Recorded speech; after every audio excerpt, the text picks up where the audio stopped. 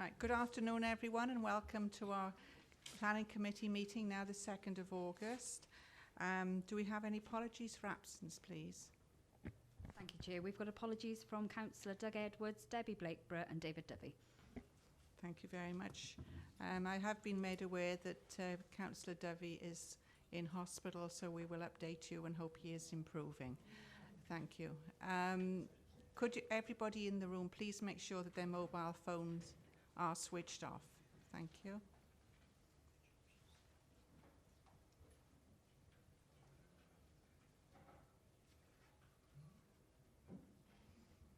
Okay.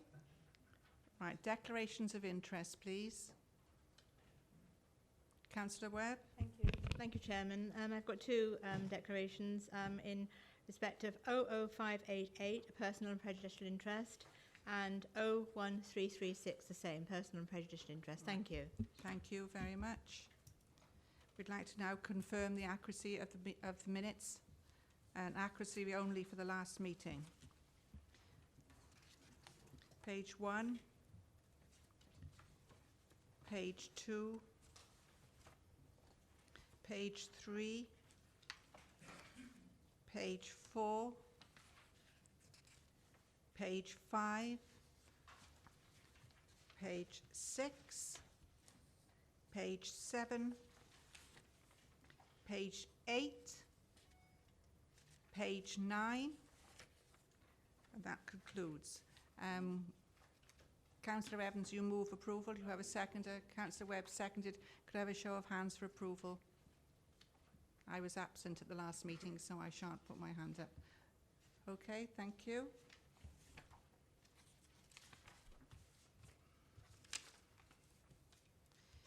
The first application today is we're going to go to the one that is from Chepstow, and that is application DC/2016/00588, as we have someone wishing to speak on that application, so we will take them at the beginning of the agenda. Thank you. Thank you, Phil. Thank you, Chair. Okay. This is an application for a proposed demolition of the Northern Spectator stand and erection of a multi-purpose building and associated works at Chepstow Racecourse. This part of the racecourse site contains spectator grandstands, hospitality boxes and associated facilities, and a large hard standing area. The most northerly stand is proposed to be demolished, being no longer fit for purpose.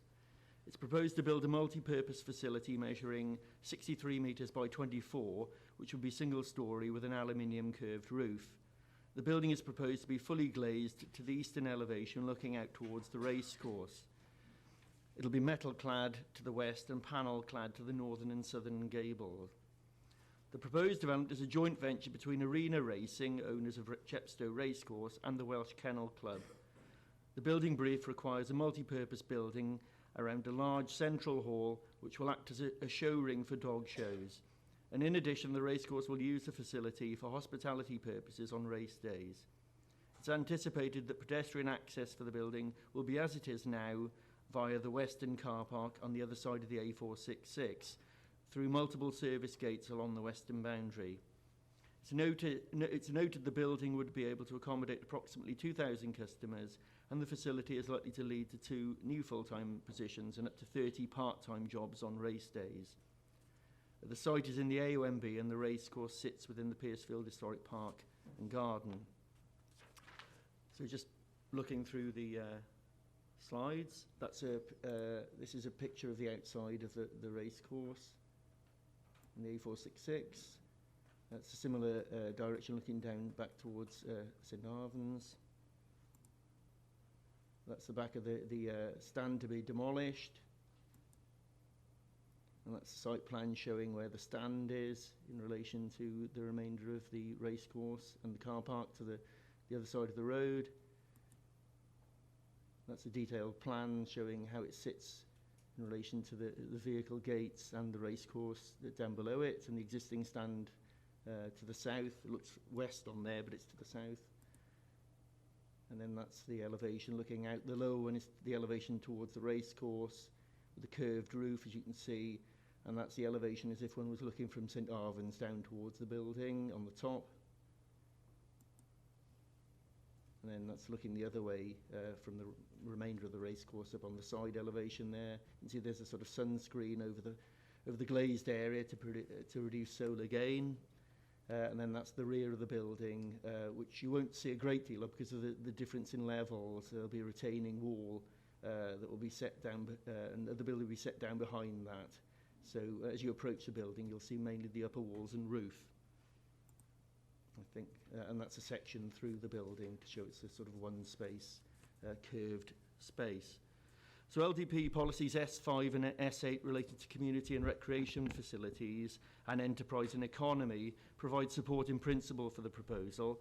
Chepstow Racecourse is a well-established site, and the proposal for the building the proposal is to sustain its growth and provide an up-to-date modern facility at the site, and that's supported by the Council's Tourism and Economic Development officers.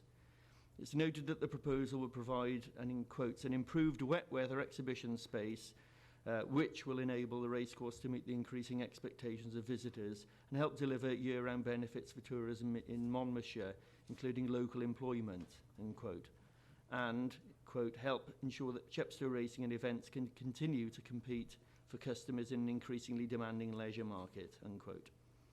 In terms of its visual impact, the proposed building is considered to enhance the appearance of the existing site.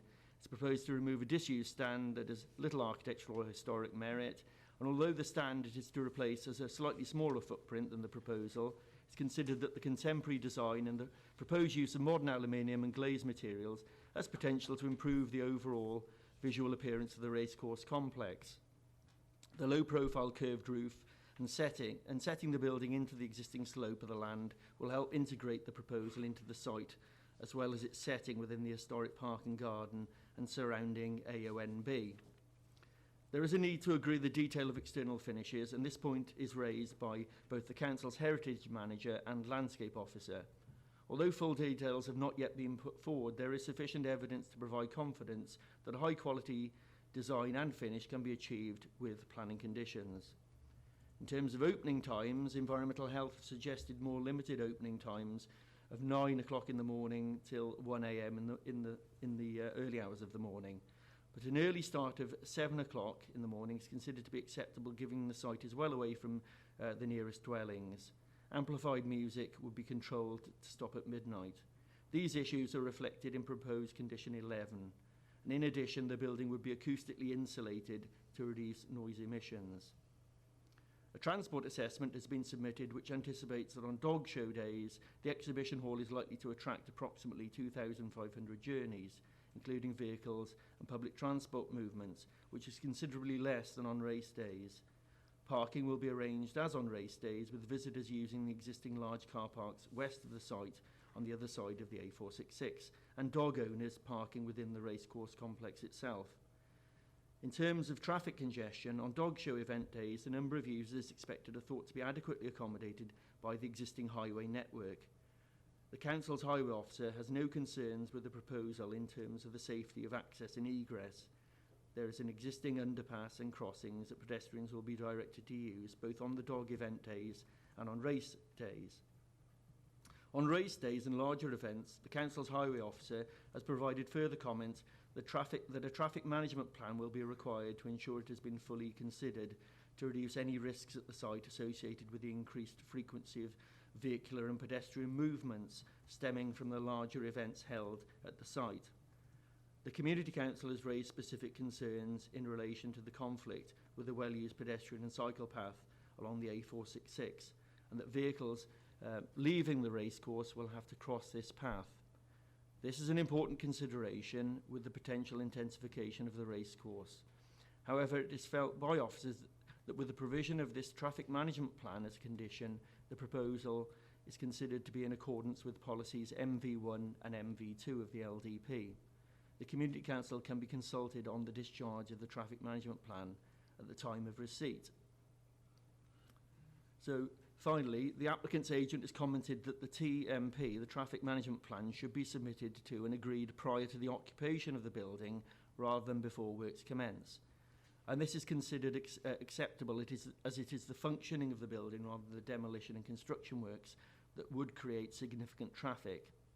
However, on discussing this with Highways, it's considered that if this point is accepted, a construction traffic management plan should be submitted in addition to regulate this element in which construction traffic accesses the site in the interests of highway safety.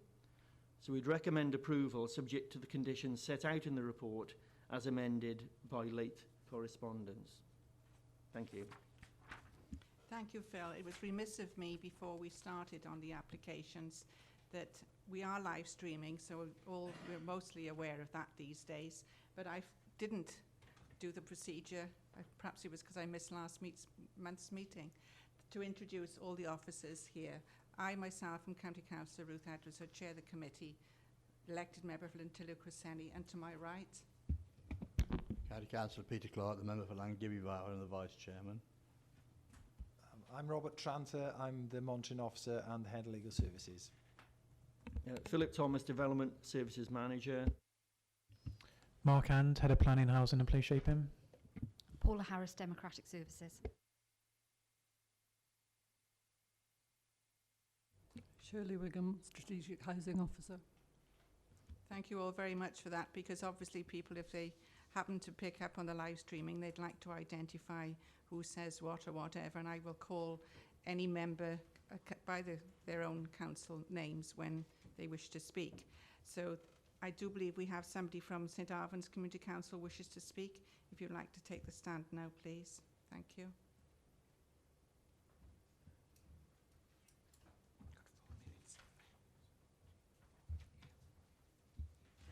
Thank you. Could you please introduce yourself? And you have 4 minutes. Thank you.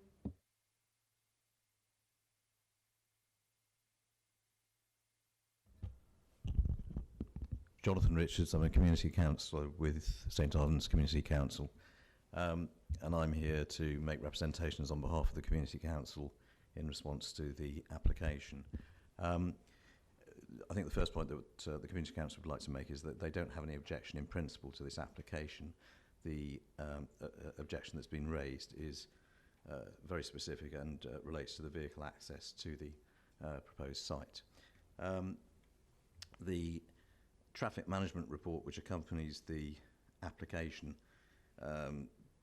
sets out 2 proposals for the vehicle access strategy, and that's at 4.3 of their paragraph 4.3 of their report. At 4.32 it says that vehicles associated with visitors will be directed towards the existing visitor racecourse car park located to the west of the A466. And the existing access to the visitor car park is a standard roundabout which is considered appropriate to cater for the level of vehicle movement generated by the exhibition hall. And the Community Council would agree with that and raise no objection in relation to that. 4.33 goes on to say that Chepstow Racecourse benefits from several simple priority accesses which are on the opposite side of the road to the western car park, which are all illustrated on the development master plan. Exhibitors will be directed to the 2 most northern accesses from the A466, which provide direct access to the exhibitor car park. Exhibitor cars and vans can utilise the first access to the north.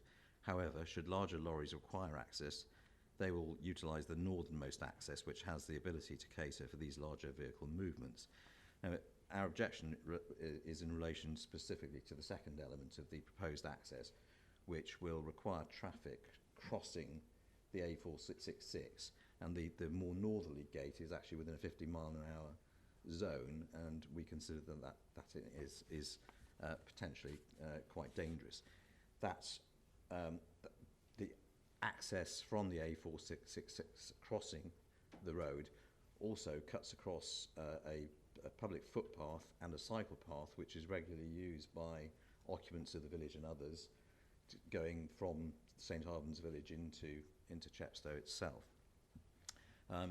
There is actually an illustration which has been provided by, which is attached as an appendix to the transport report, showing the location of the 2 car parks, and it indicates on this that the existing racecourse car park will provide for 1,400 spaces to be used by visitors, which is the current arrangement for people using the racecourse. But the existing racecourse car park, which has space for approximately 360 spaces will be used by exhibitors. Now, as we understand the application, as described to us by the applicants, although the Kennel Club will be one of the principal users of this building, it will also be used for other purposes by the racecourse itself. So there will be an increased frequency of use beyond the existing use. The Community Council have raised objections in two written submissions, which I would urge the committee to consider, and both really address the points which I've just indicated, namely that our principal concern is the additional traffic crossing the A466 when it's entering and leaving the car park, cutting across the footpath and the cycle path, where anecdotally many people using that path have had incidents because there is not good visibility either coming in or going out from those two accesses north of the main entrance to the racecourse car park. And another point which is made in our first submission of the 16th of June is that the point at which the northern point at which the A466 is crossed is within a 50-mile-an-hour zone, and we think that without some sort of traffic control, that has significant potential for okay. So we've reiterated the points in our submission of the 18th of July, which relates to specifically related to the crossing of the cycle path and the footpath. We're pleased to note that the case officer's recommendations recommends the traffic management report, but the proposed condition and the understanding of the concern that's been raised, we think doesn't fully address our concern, which is the crossing of the road specifically, not the increased volume of traffic using the car park on the western side of the A466. And that, in essence, is our concern. Thank you very much indeed, Mr. Richards.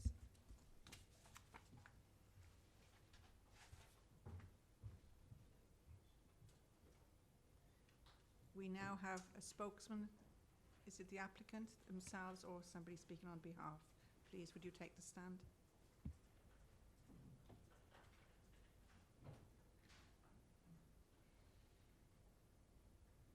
Would you please state your name, and you have 4 minutes also to reply. Thank you.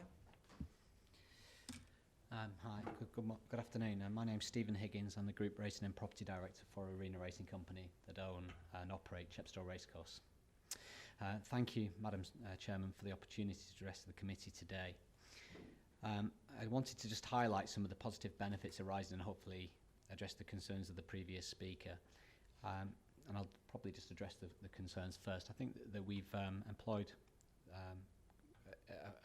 a reputable firm in terms of our traffic management scenario. We accept that there will be further work needed on traffic management and highways studies, and we're clearly prepared to ensure that that is the case, and any additional requirements that we might need to make sure that there is a safe ingress and egress from the site. Part of the reason that we want to use that gate for dog shows, or why the Kennel Club, who are helping fund this development, want to use that gate, is that dogs, new to my knowledge, but dogs that are arriving in dog shows tend to arrive in crates, and some of the elderly visitors who are exhibiting dogs need to get very close to the facility to be able to transport the dogs in crates to the showing facilities. In addition to the benefit there is the benefit of the new facility is visual. The replacement of a redundant stand that has been condemned with a purpose-built modern facility that respects the gently undulating landscape will also benefit the local environment, and will form phase one of the proposed improvements to the racecourse in order to re-establish Chepstow Racecourse as one of the best racecourses in the country. The provision of a modern, flexible building also benefits the local economy by introducing another revenue source as well as a new local opportunity, and we'd welcome as many local uses for the facility as possible. Furthermore, the proposed use will complement the offer of the racecourse by bringing visitors to Chepstow and the wider Monmouthshire area at times other than race days. It is recognised that the Welsh Kennel Club will use the uses will be significantly smaller than the racecourse, but this also means that it will generate less traffic.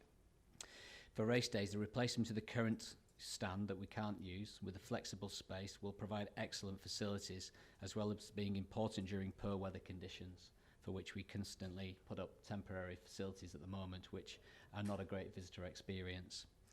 It will also serve to deliver better quality facility to existing visitors, and it's not about increasing the overall number of visitors per race day, but just providing a better quality facility. Whilst the Kennel Club will be discrete use and the building will serve existing visitors on race days, a traffic management plan has been requested with respect to the use of the building, and we will ensure that we deliver that. The replacement building will enhance the employment and revenue streams available locally with a sympathetic design that will integrate into the receiving environment. I trust that you will be able to support the recommendation before you today. Thank you very much indeed. The local member isn't going to speak on this, and also Councillor Dovey would have been the adjacent ward member, and he's not here, but several of us were there at the site inspection yesterday, so I'm open to anybody who wishes now to start the discussions on the application, please. Councillor Murphy first, please. Yeah, thank you, Chair. And yes, we had a good look at this yesterday, noted that the existing stand was all boarded up. Clearly a development like this is going to be beneficial to the racecourse and to the whole area, and it's good to see that more alternative uses are being brought into the site. I do share the concerns of the Community Council, but I'm pleased to see that the traffic management plan is going to be revisited both for the day-to-day use and for the construction site. And I would urge that we put something in the conditions to make sure that due consideration is made to the concerns of the Community Council during the acceptance of the traffic management plan. But other than that, I'd be happy to recommend approval. Thank you, Councillor Murphy. Councillor Harris, then Councillor Chapman. Thank you, Chair. I endorse everything that Phil has said, and it's obvious to me that the Community Council knows the area extremely well, obviously know what the problems are on the traffic management, and I just hope that the Community Council and the developers can get together so that the expertise that the Community Council has about the spot can be put to good use to make the crossing as safe as it possibly can be. Thank you, Councillor Harris. Councillor Chapman now, please. Thank you, Chairman. Yes, I was there yesterday. I was quite impressed with what was being proposed, and I'm pleased to see today that the person from the Community Council and the applicant have really spoke together on the problems that they seem they may be able to accommodate. So I will go along with what's been said. Thank you. Anybody else wish to speak? You can. The clerk wishes to comment now. Yeah, taking up the applicant's comment that it's one of the best race courses in the country. As a planning committee, we've always been impressed with the Warhorse model in the middle of the island. As it's looking rather decrepit now, will it, if we do give you permission this afternoon, can you give us a better and a bigger and newer horse, please? To comment? Yeah, I'm happy to do that. It is looking a little tight. I think it's fair to say that the whole racecourse and the facilities there are not looking their best, and this will form phase one of a whole bigger project which we're currently undertaking to improve all the facilities at Chepstow, and really embrace the fact that it should be one of the premier facilities in the south of England.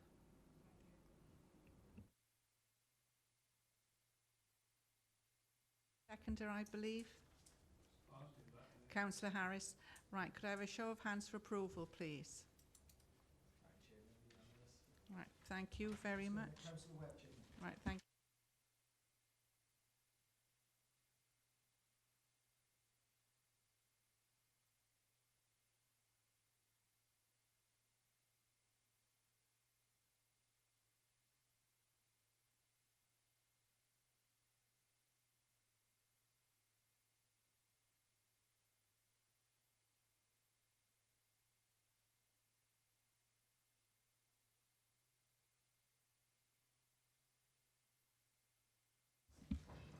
Right, thank you. Councillor Webb has just rejoined us. I now wish to go to the first application on the agenda, and this is Chippenham Gate in Monmouth, DC/2013/00474. Thank you, Phil.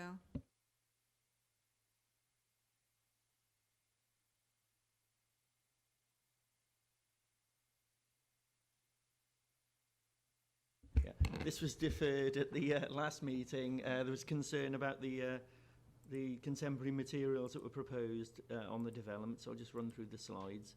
And it has been amended. That was the previously approved scheme with timber cladding and the metal seam roof. That's been amended now following members' comments to have smooth render on the front and side elevation, wrapping round towards the back. Well, indeed, the whole back elevation is actually rendered with a slate roof. There is a screen at the back to prevent overlooking of the neighbour's garden, which is at a lower level. So that's the timber element that you see there. And I'll just show you the next slide, which shows a detail of that timber screen. If I can get the mouse working. Is it on there? Yeah. Okay. Yeah, that shows the screen. So you won't be able to look out of the walkway or the windows at the back of the property because of the angle of the screen and the slats. So they'd only be able to look straight out rather than down onto the garden. So I think the applicant has listened to members. So we would continue to recommend approval subject to the revisions and the amended plans. Thank you. Thank you, Phil. I believe it's Councillor Winslow's ward. Do you wish to comment? Thank you, Madam Chair. That looks a lot better to what was proposed initially, and as such I recommend approval. Thank you, Councillor Wintle. You wish to recommend approval. Do you have a second for approval? Sorry, Councillor Clark? Councillor Whitley, are you happy that it's timbered on the rear of the building still? You're happy about that? It's just a screen, that is. All right. Yeah. Right, so you recommended approval. Who was the seconder afterwards? Councillor Chapman. Could I have a show of hands for approval, please? Thank you. We've had quite a lot of late correspondence for the next application. Have you all had enough time? Otherwise, I will halt the meeting for 10 minutes if you need more time to read the late correspondence. You want more time? Right, I'll stop it now then for 10 minutes. Thank you.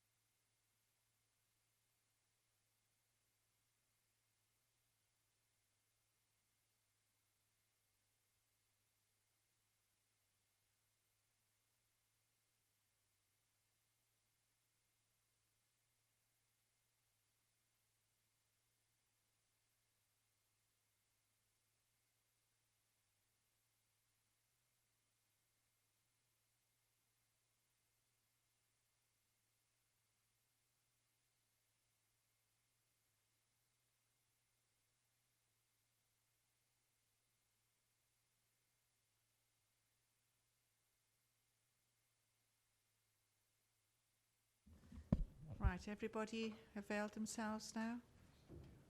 Right, okay then. I'll ask Phil now, sorry, Mark's going to present this application. This is, sorry, DC stroke 2015 stroke 01336. Thank you, Mark. Sorry, Chair. Phil will do the main presentation. I was just going to pick up on the part of the late correspondence initially before we begin. So as members will have seen, one of the items of late correspondence relates to public speaking that you'll have seen, and there's another item that's been emailed through just a couple of minutes before the meeting started from a solicitor acting on behalf of one or both of the neighbouring residents.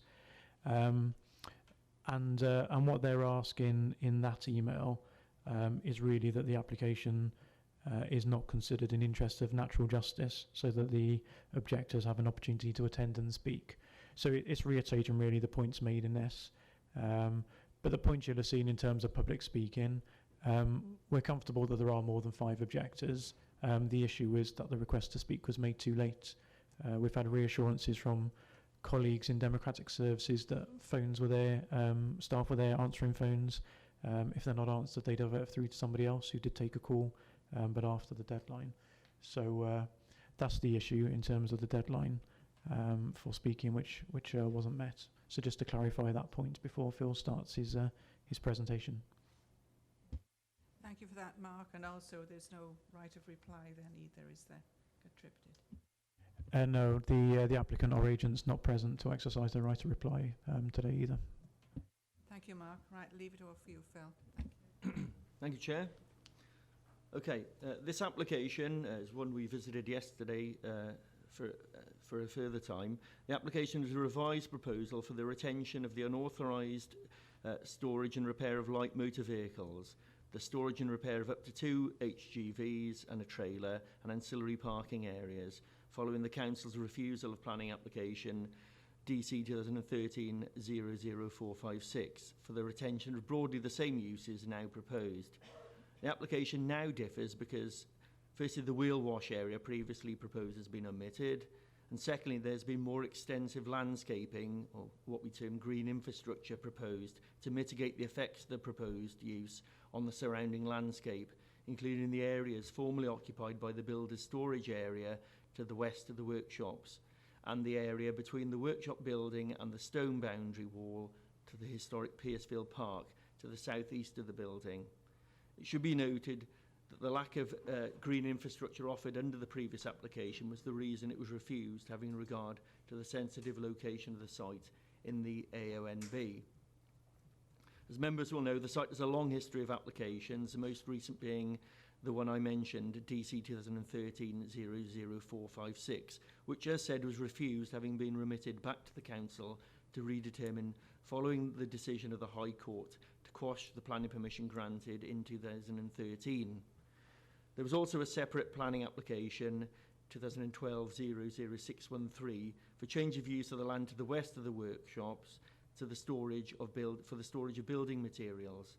That application was withdrawn by the applicant in August 2015, having been recommended for refusal by the Council owing to its adverse impact on the landscape, which is part of the AONB. An enforcement notice has since been served to cease the builder's storage use, remove the large metal gates and the building materials and equipment, and to green up the area.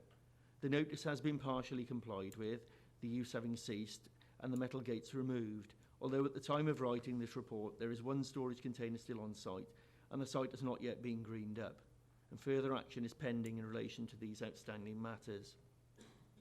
The history of the site is set out in section 511 of the report, and I do not intend to repeat all of that here, but I would summarise by saying that while the building and hard-standing areas are lawful, no use of the site is lawful from past examination of the site history. The current proposal must therefore be looked at on its own merits, and any past usage is not relevant. In broad terms, the principle of reusing the building and associated land for employment is acceptable under LDP policy RE2, subject to considering the impact of the proposal upon acknowledged interests, such as the need to conserve and enhance the natural beauty of the AONB, neighbour amenity, access being acceptable and safe, and biodiversity interests being safeguarded. One of the main issues, and indeed it's a statutory duty, is to consider the visual impact the retention of this change of use would have upon the natural beauty of the AOMB. The AOMB office has provided updated comments which are reported as late correspondence, and they have no objection to the proposal subject to implementation of the conditions. This is a retrospective application, so that the situation can be seen on site, with the exception, of course, of the proposed landscaping. The building is set back from a surface courtyard area, with a surface courtyard area to the front bounded by stone walls, which you see in the pictures here. I'll now run through that. That's looking into the yard. It's the workshop building.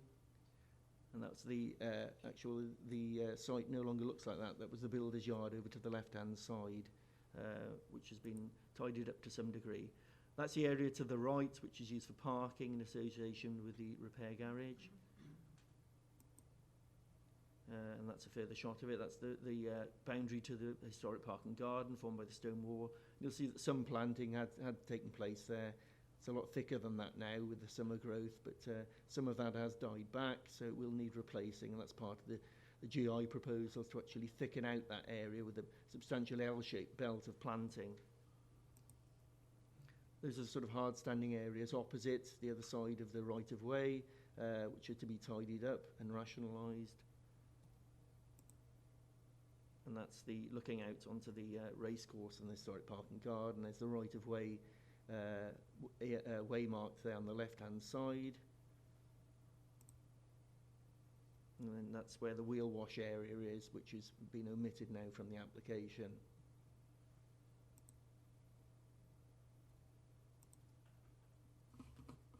There we go. And that's the site plan that shows the workshop, and the area edge red is the actual proposed area for the workshop repair use. And those are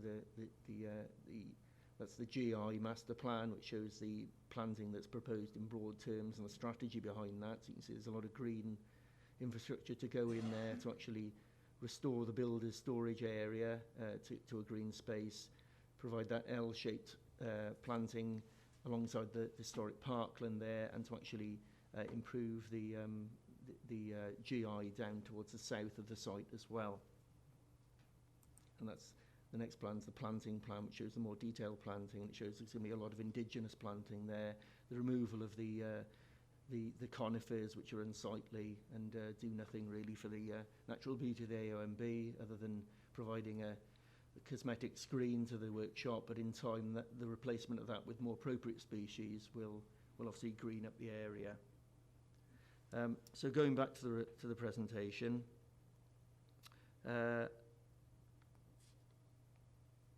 Along the eastern boundary, the commercial garage, as said, is a row of more recently planted trees to provide a screen when mature, although some of these saplings appear to have failed and the screening is ineffective at present. The current proposal seeks to replace this planting with a much more comprehensive landscape screen, including oaks, field maple and pine, ranging between 6 and 10 metres wide. The forecourt gates of the workshop themselves are bare metal and are of a utilitarian industrial character that does not sit well within this sensitive landscape. The proposed landscaping would wrap around the frontage of the site and soften this edge of the development close to the public right-of-way. In addition, the existing metal gates of the workshop and yard are proposed to be clad in timber panels. And as noted on site, the area formerly occupied by the area for storage of building materials is proposed to be regraded and greened up using appropriate native species. The Council's landscape officer, who objected to the previous application 00456, acknowledges that the revised current proposal would provide more comprehensive green infrastructure, or GI as I'll abbreviate it to, GI mitigation than the earlier refused application. The landscape officer comments that the removal of the builder's yard and the submission of the GI plan helps to offset the negative impacts of the development. The proposed use would now be softened and framed by extensive GI, and any adverse impacts would be very localised, primarily involving views from a short section of the right-of-way to the immediate south of the workshop and yard.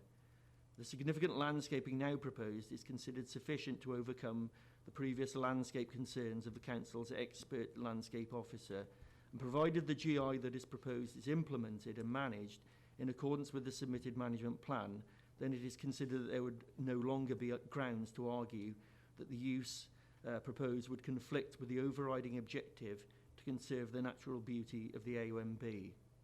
And thus, the proposal would no longer conflict with LDP policies, namely policy LC4, and it would also be compliant with LDP policies S11, S13, LC5 and GI1 in providing that extensive mitigation.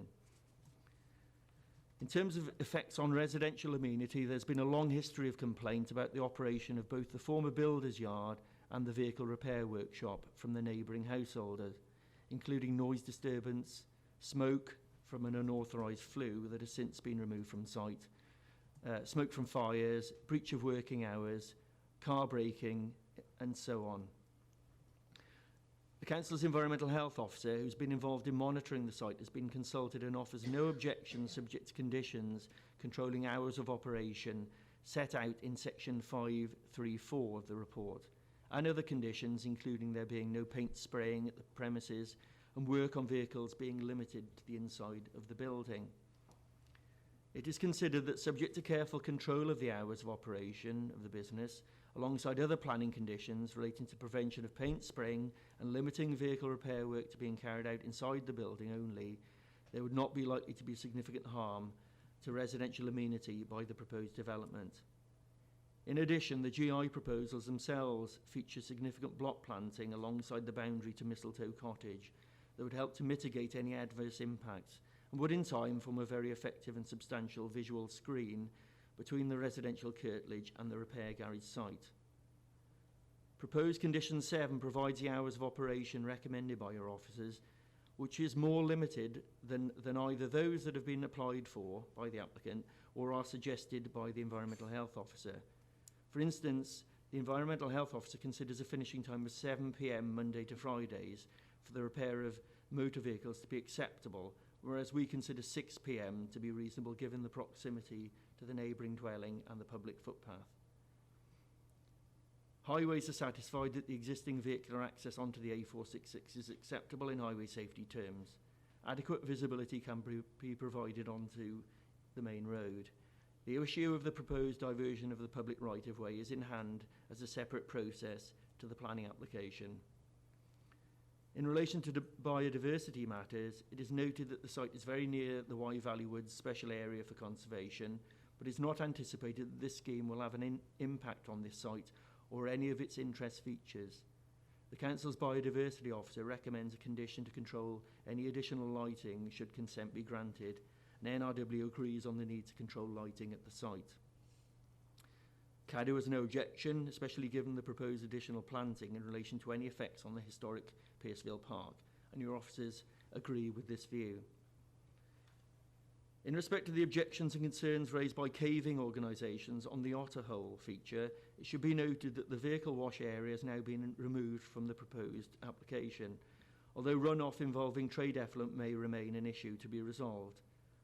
Although it is debatable whether the current unauthorised use may be the source of the pollution to the cave, it is accepted that it would be reasonable to apply a condition to control this element of the development. An appropriate condition is therefore proposed, and that position is endorsed by NRW. In this respect, the proposal is considered to comply with policy EP1 of the LDP. In conclusion, the application is subject to conditions to ensure the implementation of the extensive GI proposals, the control of operating hours, prevention of paint spraying and other controls are considered to be acceptable and in accordance with planning policy. Just a few tidying up points. One point that needs adding, in Condition 7, that condition about the hours of operation needs tidying up. It needs to be amended to include the word light, as in light motor vehicles. So it would read now, the hours of operation of the use hereby approved shall be limited to between the hours of, and then colon, for the repair of light motor vehicles, and then in brackets, not including heavy goods vehicles, close brackets. So that should be expressed as that. In terms of condition 15, the cladding condition needs to make sure that that cladding is retained in perpetuity. And in terms of the landscape officer's comments on page 40 and the need for a bunding condition, we've absorbed those comments into condition 3, but reworded it so we think that that condition is enforceable and follows the tests in the circular for conditions.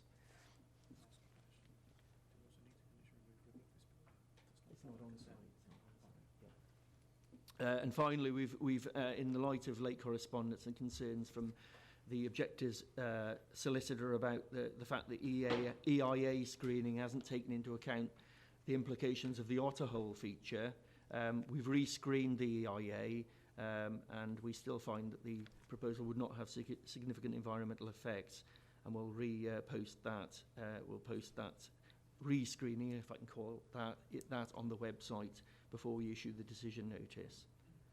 So other than that, I would recommend approval. Thank you. Thank you very much indeed, Phil, for a very detailed report. Most of the committee were there again yesterday, so I'd welcome your comments now, please. Councillor Murphy, first of all, thank you. Yeah, thank you, Chair. And yes, we were there yesterday and we've been there many times and fully recognise the concerns that have been expressed over this, both in terms of landscape, the effect on the AONB and nuisance value, if I can call it that, within the area. I note now that the AONB don't have any objection as long as the screening is effectively carried out. And one question I would ask on that is how are we going to monitor the fact that the screening is done effectively and maintained, because I think that's a very important part of this application. And having regard to the late correspondence in particular, although it's evident from the rest of the bundle, there is, and we're well aware of it, a history of some non-compliance over this site, and I'd like to have some comfort as to how we're going to ensure that this development, if approved, does go along the line of the conditions and make it quite clear as to how we're going to enforce it. Do you wish to report on that now, Mark? Thank you. Yeah, thanks, Chair. Yeah, they're fair questions, because clearly from the correspondence there's some significant concerns raised about hours of use and other matters. So it's good to have that extra time earlier to absorb all of that information. In terms of the screening, there's a condition recommended in the report for a management plan for the landscaping. So that's something our monitoring and enforcement officer would remain on top of and ensure is kept on top of. And where for some reason the landscaping not maintained properly or die, then we have enforcement powers in that regard. In terms of the hours use, it is a bit of a strange situation, because the objectors refer to the fact that hours aren't being enforced, but at the moment there is no planning condition to enforce because the use is unauthorised. So the outcome of this really today is one of two ways. If the application were refused, then we'd take enforcement action requiring the uses to cease altogether. Or if permission were granted with the conditions proposed in the report, or a variation of those if you think that's needed, then we would then have planning conditions specifying hours of use that we can enforce. And if those hours aren't complied with, we can issue a breach of condition notice. And if that notice is still not complied with, we can take prosecution proceedings if we've got the evidence that those hours are being breached. So I accept there's clearly objections that hours that have been proposed are allegedly not being complied with, and with no reason not to believe those comments being made. But we are in a weird situation at the moment whereby we have nothing to enforce. We've taken a conscious decision not to issue an enforcement notice at the moment because we have this pending application. So we'll review what we do with that pending the outcome of this application now. But if committee were to approve it, the short answer is we then have planning conditions. If those conditions are breached, we can take enforcement action, which includes prosecution proceedings. Thank you for that explanation, Mark. I'm sure the committee all understood that explanation. Councillor Powell? Thank you, Chairman. In the list of paragraphs from the objective solicitor, there is a paragraph there, and I wonder whether you've dealt with this. There's no page numbers, so it's on the page above where it says response from Ben Garbutt, objective solicitor, 3 paragraphs out. The latest application is highly flawed, and you have not addressed the High Court action from 2014, which clearly states your council was to make a decision on this site. Has that been dealt with, or have you answered that, or?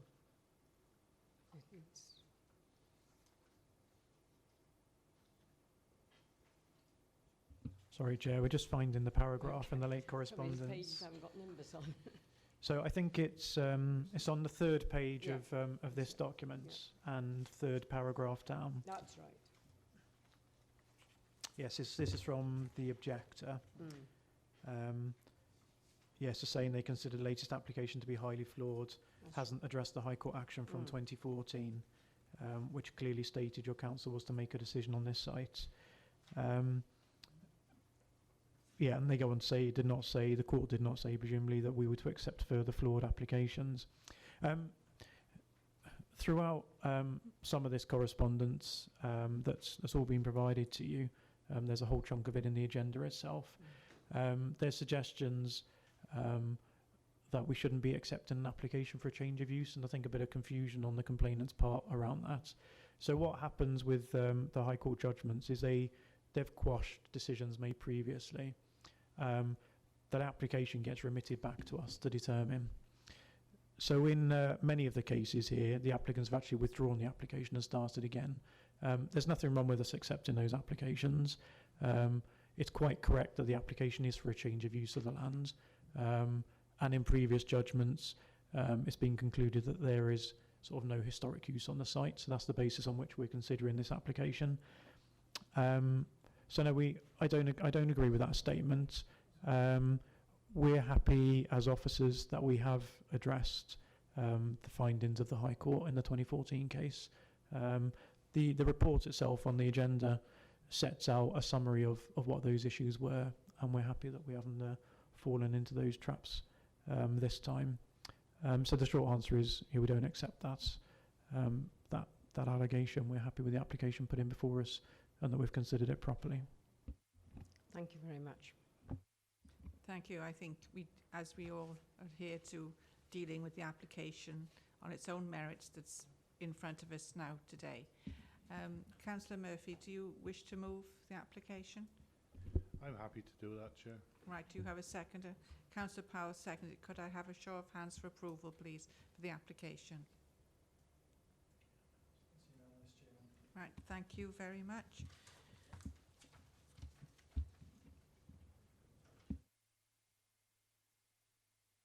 One 199, sorry. Oh yes, sorry.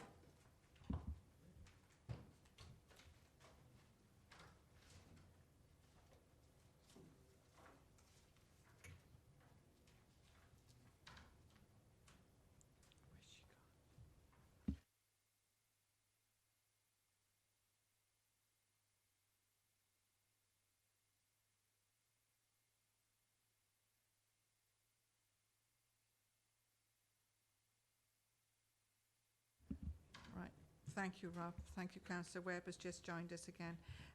Planning application DC 2016 00320 of Caldecott. Paula, thank you.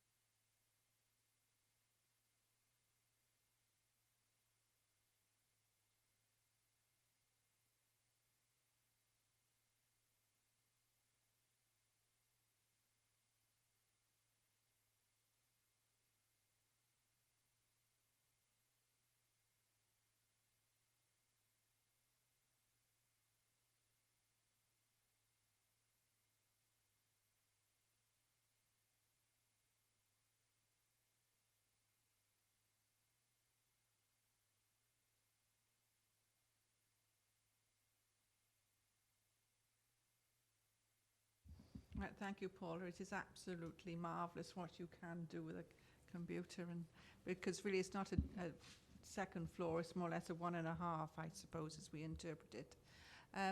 Councillor Higginson, is this your ward? If you'd like to speak first, Yes, please. my ward, Madam Chairman. Thank you for the opportunity to speak.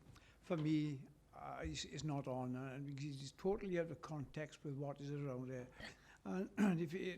And I appreciate the comments that have been made, but okay, the roof there, the roof height there does not look that great above the bungalow further to behind it, then, if I put it that way.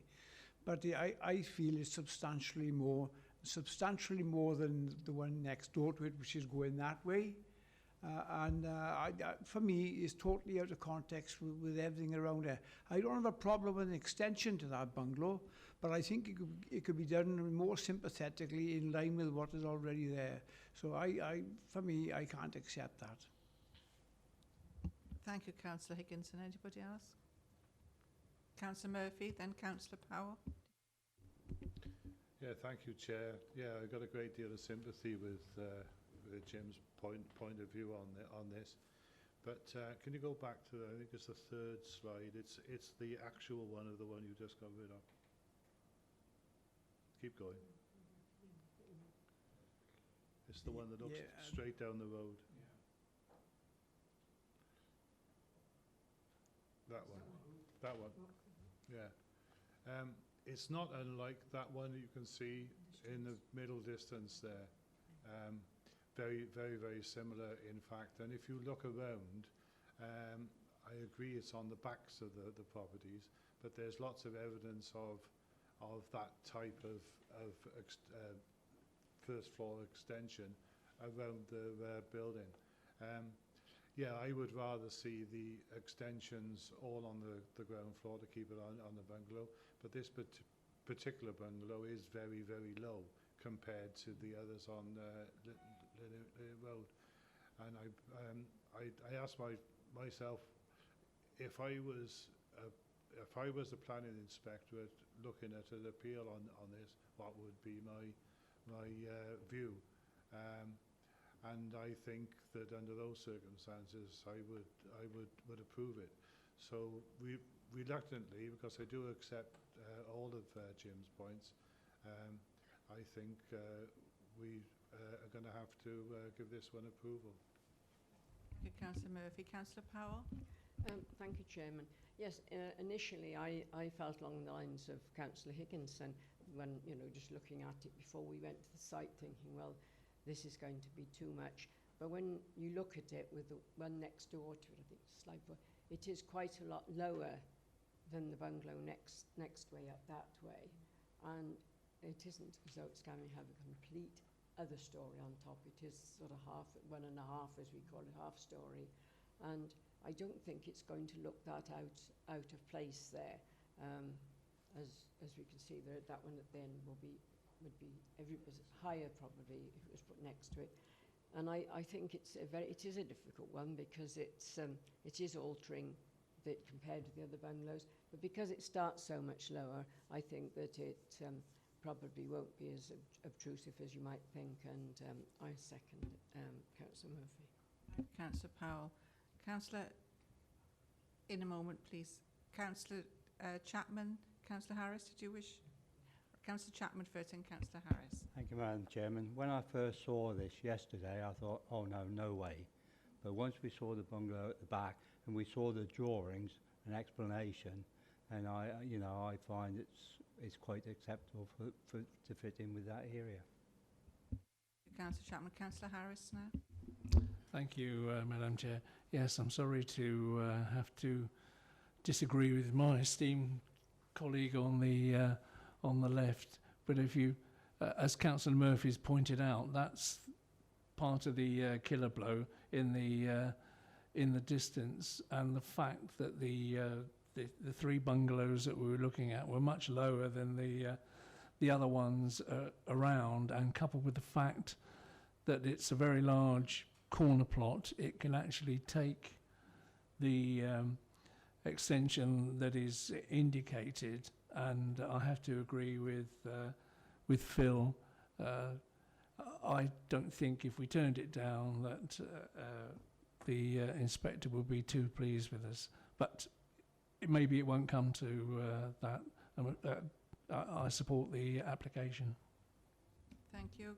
Councillor Harris. Councillor Higgins, wish to come back? Yeah, thank you for letting me come back on that, Madam Chair. But, I mean, that bungalow up the top, the one with that extension, the white, is to the rear of that bungalow, and it's not above the ridge height of that bungalow. This one on Mallard Avenue, the ridge height is going to be extended by some considerable distance, in my view, and it's going to overpower the properties around there. And as a consequence of that, and I don't think it's necessary. I made my point. They can extend that bungalow without going up to the height they have. And whilst I accept that marginally it is lower at the ridge height than the other bungalows because of the apex end, if you like. Yeah, I appreciate that, but I don't accept that it's not going to be a blight on the area, if I put it that way. Thank you, Councillor Higgins. And when you do look at the one in the distance, it's obviously there is a second floor use in the roof there, whereas as the bungalow stands at the moment in the application, I don't think you could possibly stand in the roof space. So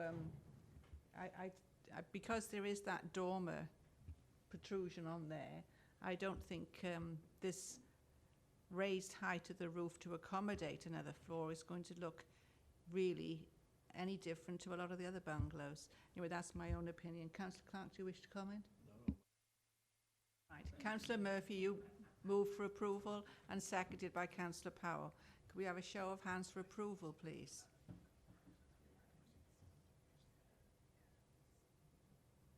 10 for it, Chairman. Those against the application? And 3 against. The right. Application is approved. Right.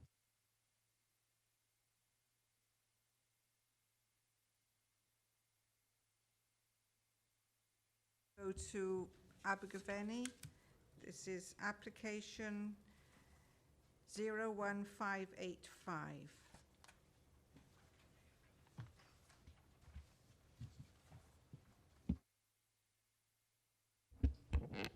Okay, thank you. Yeah. This application proposes the redevelopment of the former College Gwent Education and Conference Centre that closed in 2009. The proposal would provide 45 residential units, and they would comprise 6 apartments in the existing main building, which you see there, 24 new build apartments, 24 new build open market dwellings, I should say.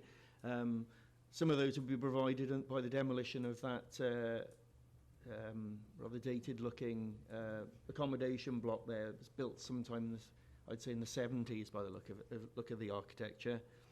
There'd also be 2 new build affordable retirement bungalows and 10 new build affordable retirement apartments in the southwestern corner of the site. There'll also be 2 separate residential units which involve conversion of existing buildings to the rear of the mansion, and there would be the reinstatement of the existing garden cottage. So just have a quick flick through the pictures. That's the parking area in front of the what I call the mansion, which is to be actually landscaped and improved, even though it would be used for circulation. That's the car parking area, and the area there and to the northwest of the site is to be redeveloped to provide a sort of cul-de-sac, if you like, of new detached dwellings, which you'll see on the layout plan. That's the walled garden, not looking brilliant in that photo. Actually didn't look quite as bad as that. I think that's because it's taken in the winter and everything looks perhaps a little bit more died back and struggling at that time of year. It's potentially going to be it will be landscaped and managed by a private management company to provide an enhanced feature for the residents there. Looks as if a very attractive proposition, certainly on the plan provided. That's the old coach house building to be converted to a dwelling, and that's looking down views towards the southern part of the site, down towards Pen a Pound in the west, and the actual affordable housing will be down behind those trees in the southwest corner of the site. And in fact, that's the corner of the site where they actually propose to go That's the road that runs to Hillside, which in itself is affordable housing cul-de-sac, but it's reached much further up that road. And the affordable will go on the left-hand side of that picture behind the trees. And that's a similar shot. You can see the extent of open space there. It's been retained, and the lawned area that's part of the grounds of the hill, which is a registered park and garden. So that's the layout plan. The affordable housing is down in the sort of southwestern corner, the bottom left there, which would be apartments and 2 bungalows. There'll be the 6 units in the mansion, which is a sort of bluey colour there. It says 17 to 22 on there. All the detached units you see are in the areas which have largely been redeveloped. For instance, the accommodation block was in here to be demolished. That was evidence there was a tennis court down in that area where the other houses are to be set in amongst the trees discreetly. And then the car park was up towards the northwestern part of the site. And whilst the development goes further beyond the car park, it is retaining a large part of the actual, what we call the veteran tree growth and the substantial tree screen that's around the periphery of the site, which will again be managed by a private management company. That's showing the external materials. So there'll be a mix of render, brick and natural stone for the walls, and there'll be slate tiles for the roof. Those are some street scene views. So it's showing some stone there as well as render. And we've got some actual means of enclosure details. There'll be some stone walling, some estate fencing, which will look appropriate given it was a former park and garden, and then close boarded gates and taller 1.8 metre high gates. And it's just showing the sort of levels changes across the site and how buildings are going to be set in so the mansion on the bottom one will be set higher up than, for instance, the houses lower down in the old tennis court area. And then we've got some house types to run through these. I'll try and run through these relatively quickly. That shows the different house types proposed. The developer is the same developer who did the development behind the Lion Inn in Trellick, which you visited as part of a design tour. And also they're building the development in Trellick, which you remember is a 60-40 site which we approved, and that's currently underway.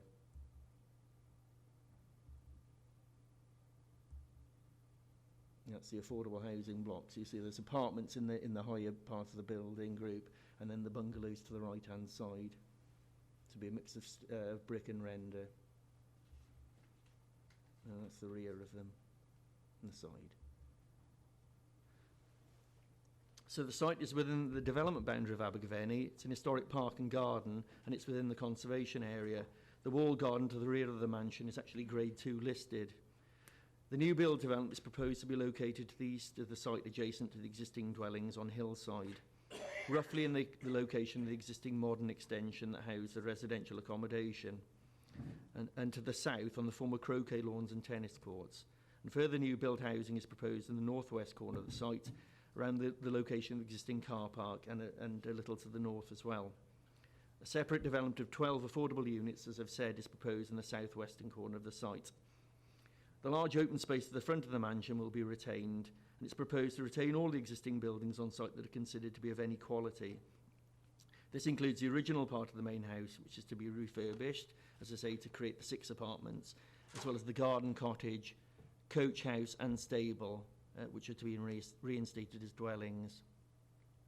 The remainder of the site is made up of a formal and informal garden area immediately adjacent to the mansion, which is integral to its setting and the character of the historic garden. This area is not proposed to be developed, but will be long-term managed and restored where appropriate as part of the wider development of the site. The listed wall garden is to be maintained by a private management company as part of the development and will not form any part of the title of any of the adjacent dwellings. Access will be via the existing entrance off Pen a Pound, except for the 12 affordable units that will be served off the road leading to the dwellings in Hillside. Highways have requested an additional condition in late correspondence to clarify future management of the internal access arrangements, and that's considered appropriate. The development is considered to be an acceptable design and layout, and would respect the sensitive setting in the historic park and garden and the conservation area, while providing essential housing in a sustainable location.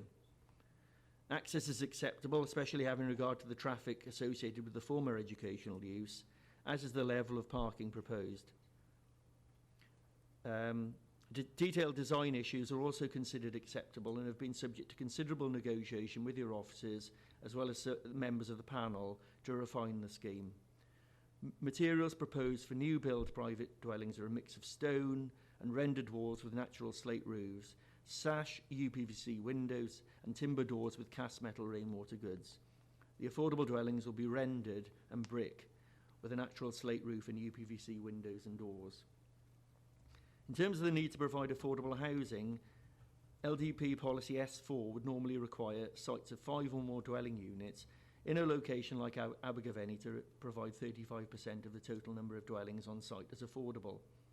The proposed development includes 33 market dwellings and 12 affordable dwellings, falling short of the requirement of policy S4, which would normally require 16 affordable units. The proposed layout of the site is low density and considerably less than 30 dwellings per hectare, which is the presumed capacity of sites for residential development in the LDP. However, compliance with this must be weighed against policy L of policy DES1, which seeks to ensure that existing residential areas characterised by high standards of privacy and spaciousness are protected from overdevelopment. The sensitive setting within the Abergavenny Conservation Area and an historic park and garden is considered to justify a relaxation of normal density requirements and a reduction of affordable units on the site itself. The shortfall of 3.05 affordable units would necessitate an off-site contribution towards affordable housing of £179,000. Notwithstanding the comments of CADU regarding the northwestern part of the site and the National Park Authority, the proposal is considered to be appropriate in scale, design and appearance, and would not harm either the wider area, which is a conservation area, or the setting of the National Park, or indeed the historic parkland and garden.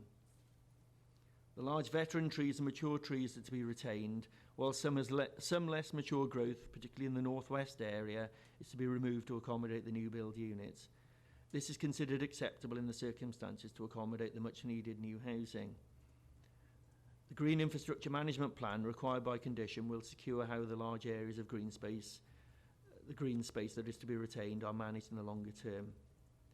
So notwithstanding the concerns of the Council's GI team about aspects of the proposal, including aspects reported in late correspondence, this scheme is considered to be an appropriate low-density development that provides sufficient space between the new housing and the trees in question. Although many of the larger trees will be in individual gardens, they will remain protected by a TPO, and new owners will be warned by the seller that this is the case. In conclusion, the proposal would form a high-quality development in an attractive parkland setting, but also contribute usefully to the housing supply in the county. Officers are therefore happy to endorse the application and recommend approval subject to the Section 106 to cover the heads of terms set out on page 218 and the conditions referred to in the main body of the report and late correspondence. So we'd recommend approval. Thank you.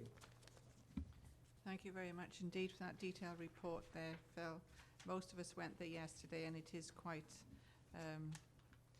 a unique chance that we've got here to make a very appealing development in the county, and it would appeal to a lot of people. And it is unique, as I say, in the setting.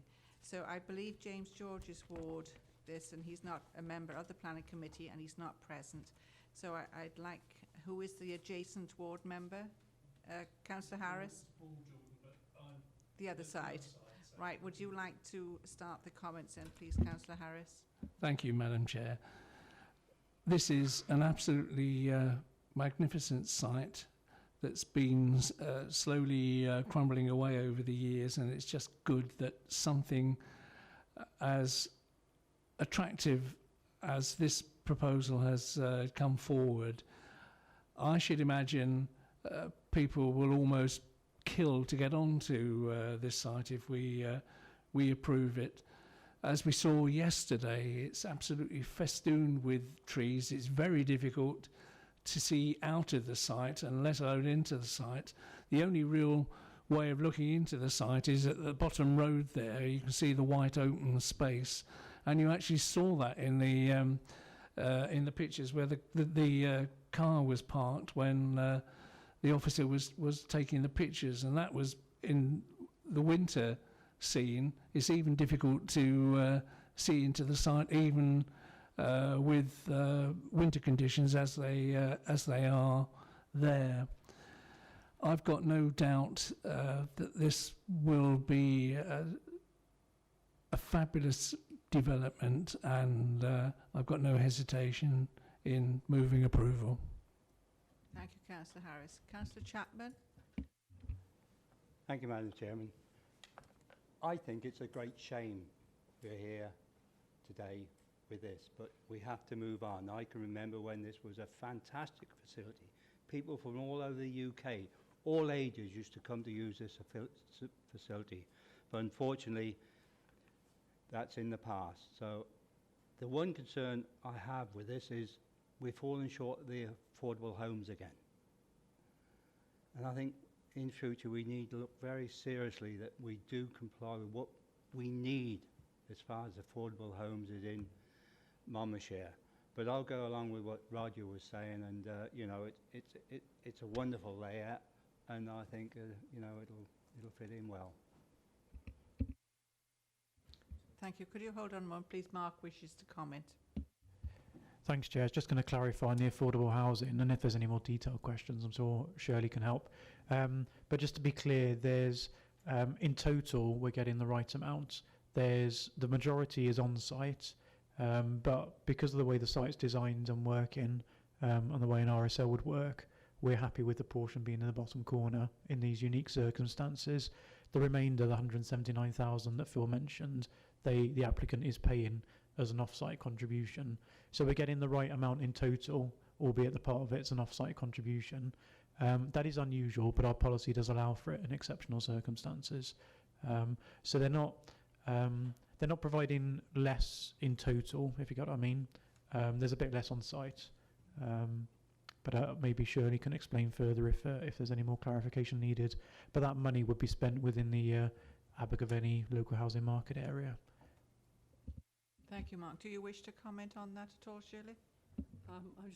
Just to say that I'm really happy with this. I desperately need some money for disabled bungalows in Abergavenny. We've got some very dire cases, so that's what I'll be using that money for. Thank you. That's worth knowing that Shirley's got her eye on the ball and where the money's going to go. Good housekeeping. Councillor Clark, and then Councillor Higginson. Thank you, Chairman. Like everybody else, I recognise that we've got in our front of us today one of the best developments we're going to see in Monmouthshire in our planning history. Can I just ask that if you haven't got the drawings that I've got of the house types, but on one particular one, Philip, it's the house called Earlswood. There are no sills on these houses, whereas we've got sills on all the other houses. Is it possible that the Delhi panel can just look at the full detailed drawings of these elevations to make sure they are all complying with what we like on our houses these days? The trouble is, we used to get proper drawings in the old days, didn't we? But now we get these mini drawings, and you see there's no sills on the ground floor here, like we have on the others. No, on the ground floor. On the rear. On the rear. Yeah, but we've got them on the rear of the others, that's what I'm saying. It's a detail. Okay, I'm sure that... Yeah. Would you mind if we did that, just so we get it absolutely right? We only get that one opportunity. And similarly, I don't know what the rest of the committee think, but we've got chimneys on two types of the detached and no chimneys on the other two types. Do we like it like that, or do we like to have chimneys on all our detached? I mean, it's a moot point, but something we might like to look at. Chair, I was going to mention, if the main point on the sills is simply querying that they should be on the back, that might be just something that the applicant's happy to amend. So we'll report back to you. Yeah, thank you. Okay. Thank you very much for your observation, Councillor Clark, as usual, on the detail. Right. Anybody else wish to comment? Councillor Higginson, thank you. Yeah, I just think to say, I know a lot of us know the site very well because we went at a different point in time. But I mean, the thing is that I'm quite pleased about it's not overdevelopment on the site, not in my view. Is you know, and it's good for the area. I know where the hillside site is, and that's quite compact, if I put it that way. So I'm pleased that this is not overdeveloped as we find sometimes, and it's really good. And the other thing is that Shirley's quite pleased with what's going there. So if she's pleased, so am I. Yes, because it is quite a challenge, as everybody knows, trying to get our affordable housing, and especially to get the numbers right. Councillor Wintle. Thank you, Madam Chair. It's a lovely laid out site, and the cynic in me says these people will come out of the city and they see all that lovely green space there, and they say, "Oh, can I get a couple of houses in that area?" Is there any way we can preserve this site that in the future these garden grabbers won't fill it in? I'll have the answer for you. Well, the short answer is it's already a registered historic park and garden. If there's a proposal to put more development in there, it'll come in for an application. If it's of a scale that it automatically comes committee, then it does. Otherwise, you can call it a committee. So we can't preclude, in that sense, further developments. You know, we can't sort of have a condition saying there shall be no more development ever. But new houses within the grounds would require planning consent, so it's within our control anyway. Councillor Wintle thinks he'll be on the planning committee now for another 20 years, obviously. Yes, Madam Chair, that'll be the trouble. I can see that, you know, there's too much green there. That they can't resist it. They've got to fill it in. There's never too much green. Anybody else wish to comment? Councillor Harris wish to move? You're local to it? And you have a seconder? Councillor Plough seconds that. Could I have a show of hands for approval? Thank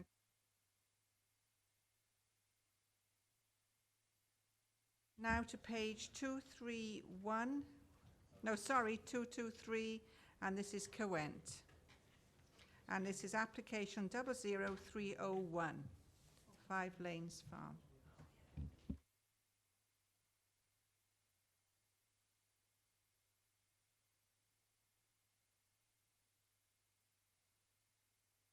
Thank you, Paula.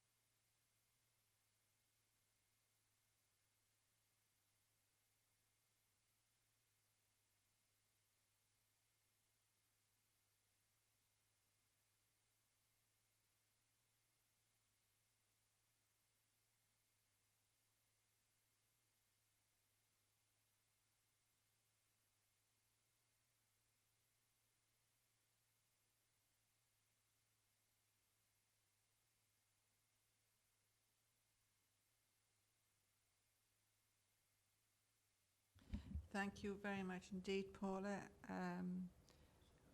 Who's it? Councillor Murphy, it's your ward, correctly. Thank you. I expect you've got some comments on it. We were all there yesterday. Yes, Chair, and this is the last of the barns to be developed on that site. They've been done very sensitively, you know, very high quality workmanship there.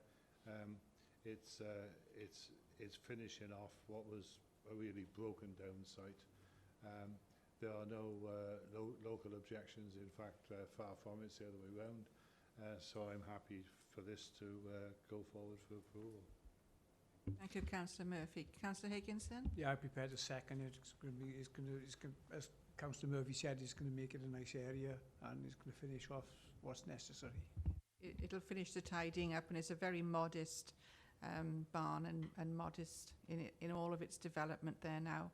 And I think everybody will be very pleased to see the completion of all of this here. Right, so you've had... Councillor Wintle, do you wish to comment? Yes, Madam Chair. Just reading through, what is potable water?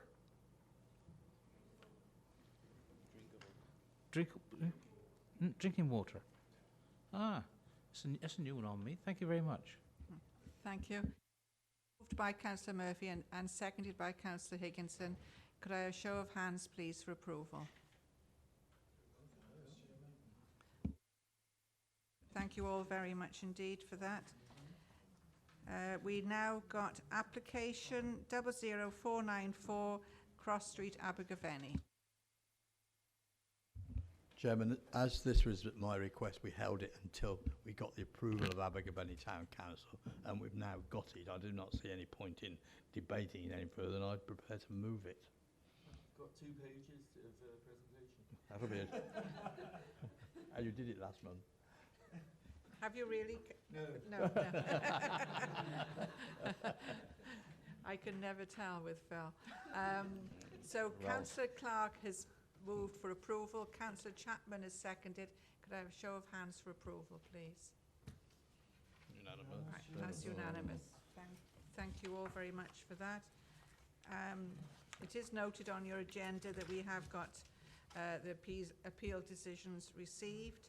Are there any other items you wish to mention at all, please, mark now to the committee before we conclude for the meeting? We've got some dates in our diary. Yeah, Chair. It's just to mention while we're still on air about the other dates in the diary. So there's an appointment being sent through to you for our next design tour.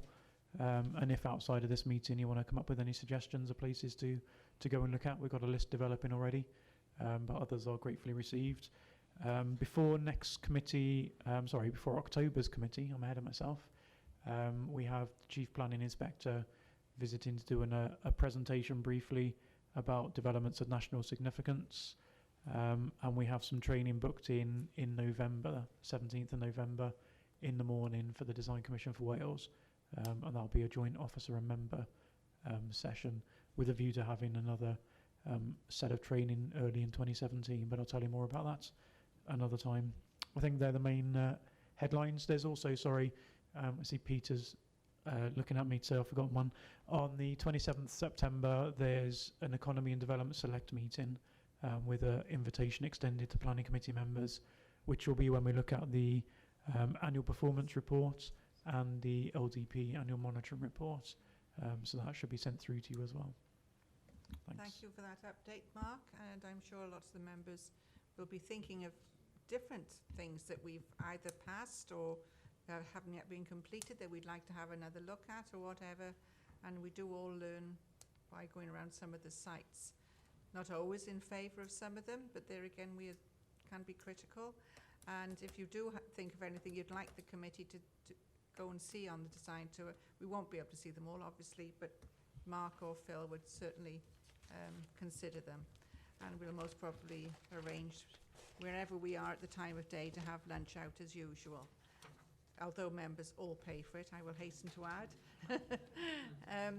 Anyway, thank you all for your attendance today, and I will now close the meeting. Thank you. Well done, Chairman.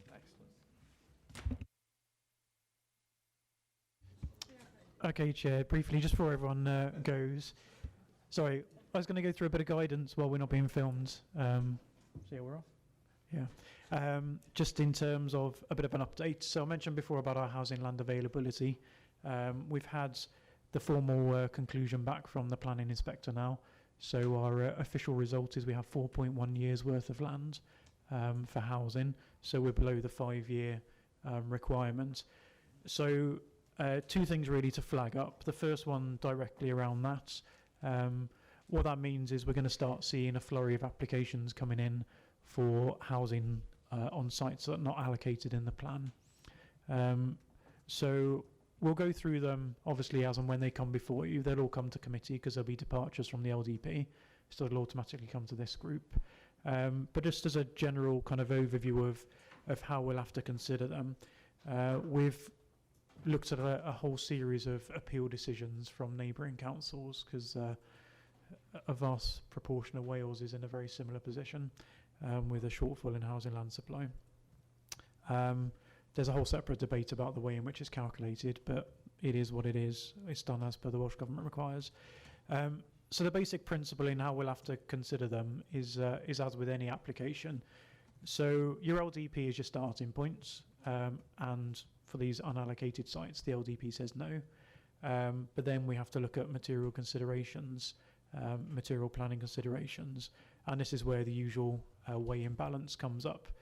So the primary factor for consideration on these will almost always be the lack of housing land.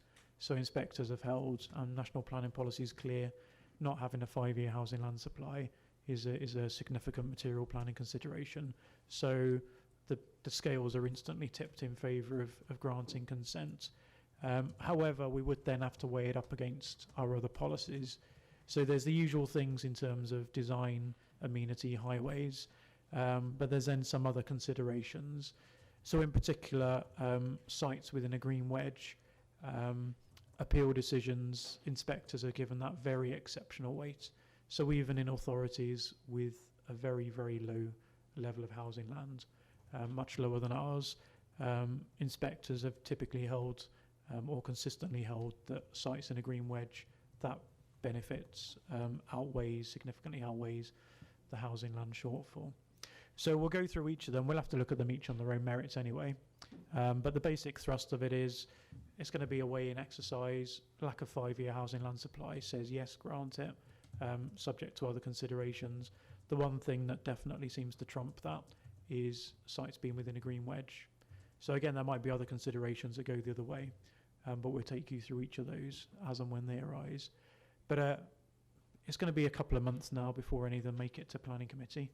I think the first one will probably be a Chepstow site that's been with us for a while, and we'll take you through it in a bit more detail nearer the time. Or if you want to catch up with me outside of the meeting, then I can explain it a bit more clearly once you've had a report to read as needed. The other thing I'll mention really briefly, Chair, if you don't mind, from yesterday,